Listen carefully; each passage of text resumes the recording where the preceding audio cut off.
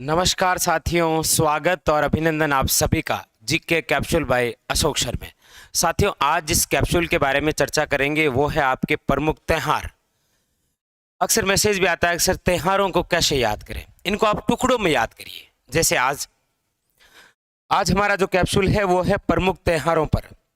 त्योहार को कैसे याद करते हैं, देखिए सबसे पहले आप जितने भी महीने हैं उनमें ये देखिए कि पूर्णिमा को प्रमुख रूप से कौन कौन से त्यौहार आते हैं, और फिर देखिए कि अमावस्या के दिन कौन कौन से त्यौहार आते हैं। तो आज हमारी प्रमुख रूप से चर्चा त्योहारों पर रहेगी, जिसके अंदर पूर्णिमा और अमावस्या में कौन कौन से त्यौहार आते हैं। फिर किसी नए कैप्सूल के अंदर हम चर्चा करेंगे 11 के अंदर कौन कौन से त्यौहार और तीज में कौन कौन से त्यौहार आते हैं, क्योंकि यही इंपॉर्टेंट है। जैसे आज देखिए सबसे पहले चर्चा है पूर्णिमा।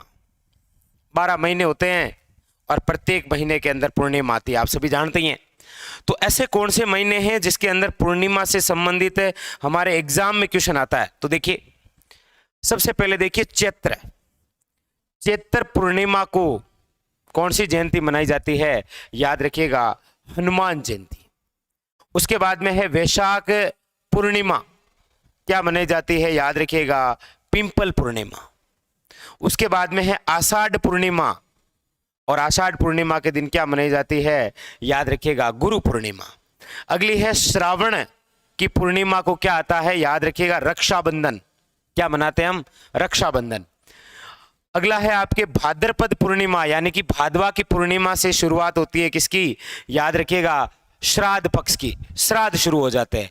उसके बाद में है आश्विन, यानी कि आशोज पूर्णिमा को क्या कहा जाता है, याद रखिएगा शरद पूर्णिमा या रास पूर्णिमा। इस दिन जो चंद्रमा है वो अपनी 16 कलाओं के साथ उदय होता है, इसीलिए क्या है शरद पूर्णिमा। और फाल्गुन पूर्णिमा, यानी कि जो फागण की पूर्णिमा है उस दिन कौन सा त्यौहार आता है, होली। साथियों त्यौहार इसी प्रकार याद होंगे। पूर्णिमा लिख लिया और प्रत्येक माह के अंदर पूर्णिमा। अब आप कहेंगे सर यहाँ पर 12 नहीं है, बिल्कुल नहीं है, क्योंकि 7 ही माह ऐसे हैं जिसके अंदर पूर्णिमा के तहत कोई ना कोई उत्सव आयोजित होता है, कोई ना कोई त्यौहार मनाया जाता है। तो ऐसे याद करना है, चैत पूर्णिमा हनुमान जयंती, वैशाख पूर्णिमा पिंपल पूर्णिमा, आषाढ़ पूर्णिमा गुरु पूर्णिमा, श्रावण की पूर्णिमा रक्षाबंधन, भाद्रपद पूर्णिमा श्राद्ध प्रारंभ, आश्विन पूर्णिमा याद रखिएगा शरद पूर्णिमा या रास पूर्णिमा, और फाल्गुन पूर्णिमा यानी कि होली। ये है पूर्णिमा। अब बात है अमावस्या की। अमावस्या के दिन कौन कौन से, देखिए सबसे पहले चैत्र अमावस्या। चैत्र अमावस्या के दिन याद रखिएगा पाबू जी का मेला भरता है। चैत्र अमावस्या के दिन पाबू जी का मेला, जबकि चैत्र पूर्णिमा के दिन याद रखिएगा हनुमान जयंती। ऐसे याद रहेंगे तुलना से।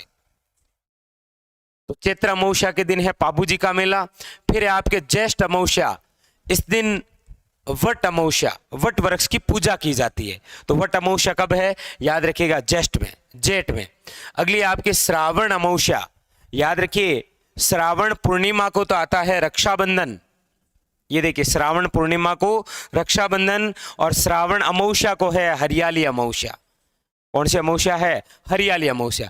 भाद्रपद अमावस्या को क्या आती है, याद रखिएगा सत्य अमावस्या, क्योंकि इसी दिन मेला भरता है रानी सती का। तो भाद्रपद अमावस्या सती अमावस्या। अगला है आश्विन अमावस्या।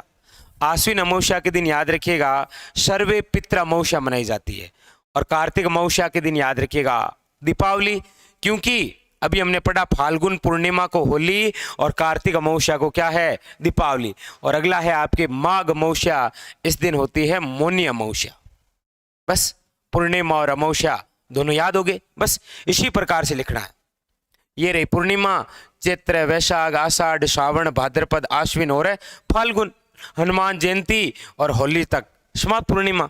और उसके बाद में है आपके अमावस्या, तो चैत्र पाबू जी का मेला, और यहाँ पर देखिए अंतिम है मौनी अमावस्या। तो पूर्णिमा और अमावस्या के तहत जो जो त्यौहार मनाए जाते हैं वो आपके सामने। अगले फिर किसी सेशन में एक तो तीज इंपॉर्टेंट है, और एक आपके 11 जिसे आप बोलते हैं एकादशी, वो इंपॉर्टेंट है, उनकी भी चर्चा करेंगे। लेकिन आज के लिए इतना ही, धन्यवाद।